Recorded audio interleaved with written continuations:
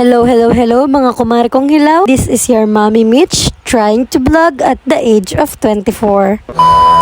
So ngayong araw nga mga mare, kami ay nakagayak pabalayan dahil ngayong araw kami ay may pupuntahang birthday yan. Kaya ito na naman, handa-handa na antiyan dahil mamaya ay buntad na naman sa kabusugan. At ito nga, pagbubuksan na ako ng pinto ng asawa ko, tingnan nyo naman, parang masama pa ang loob. Pinapaandar nga lang ng asawa ko ang sasakyan at pinapainit. Maya-maya kami iaalis na din. Kaya naman umaura muna ako dito sa camera habang nag-iintay. At eto na nga, paalis na rin kami. Maya-maya lang, susugudin na namin ng lechon na handa ni Mamski. Dahil grabe naman po, kala mo hindi nakakatikim ng lechon. Kapag naman nakakain na, sakit ang batok, tapos umay na umay.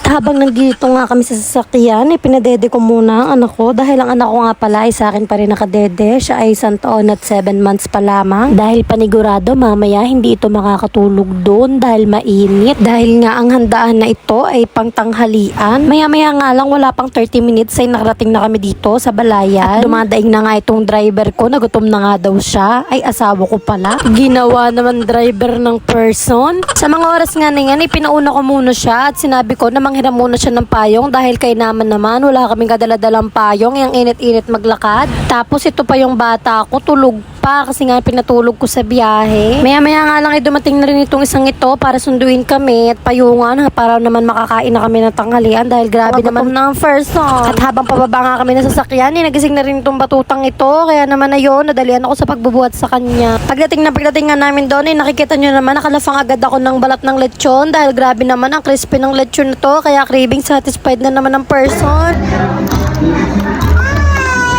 Talaga nga namang sulit na sulit ang punta dahil grabe naman, busog na busog ang person. Yung ba naman kainin mo ang putsero, minudo at kung ano-ano pang ulam na sabay-sabay. Pagkatapos nga din namin kumain, lumabas na rin kami at tumalik pa nga ninang ni Mirayas at Espen. Talaga naman napakadaming bisita ang nagdadatingan dito sa birthday ni Mamski. Nga palang mga yan ay kasali sa binggong palaro mamaya. Kaya ako makikisali rin ako, syempre. Hindi tayo pwede maging KJ. At ayan na nga, nakadampot na ako ng bingo card ko. Titignan natin kung papala rin tayo mamaya. Sa mga oras nga yan, forward ko ng video dahil mahaba, hindi ko nakinat. At syempre dahil maswerte tayo ang nanalo sa bingo, 200 pesos din yun, girl. Maraming salamat nga pala sa aming host diyan, si Ate Lassie at si Ate Bless. Talaga naman kapag kayo ang host, talaga namang ngalayang pa nga. Maya-maya nga lang itinawag na ang birthday girl at ang family para sa family picture at para sa pagblow ng candle. Para nga po sa hindi nakakaalam, si Mamski po ay ninang namin sa kasal. At ang sineselebrate nga po niyang birthday ngayon ay ang kanyang ika-55 birthday. Kaya naman happy birthday po sa inyo, Mami Maylene. Maya nga lang ikinantahan na nga rin ng happy birthday si Mamski at nagblow na rin siya ng candle niya. At pagkatapos nga nun ay nagsunod-sunod na rin ang palaro ni Ate Lassie. Noong mga oras nga na to ay madami pang mga naganap sa birthday ni Mamski. May dumating pa ng mga manganganta at hindi ko na nga na-video ang iba.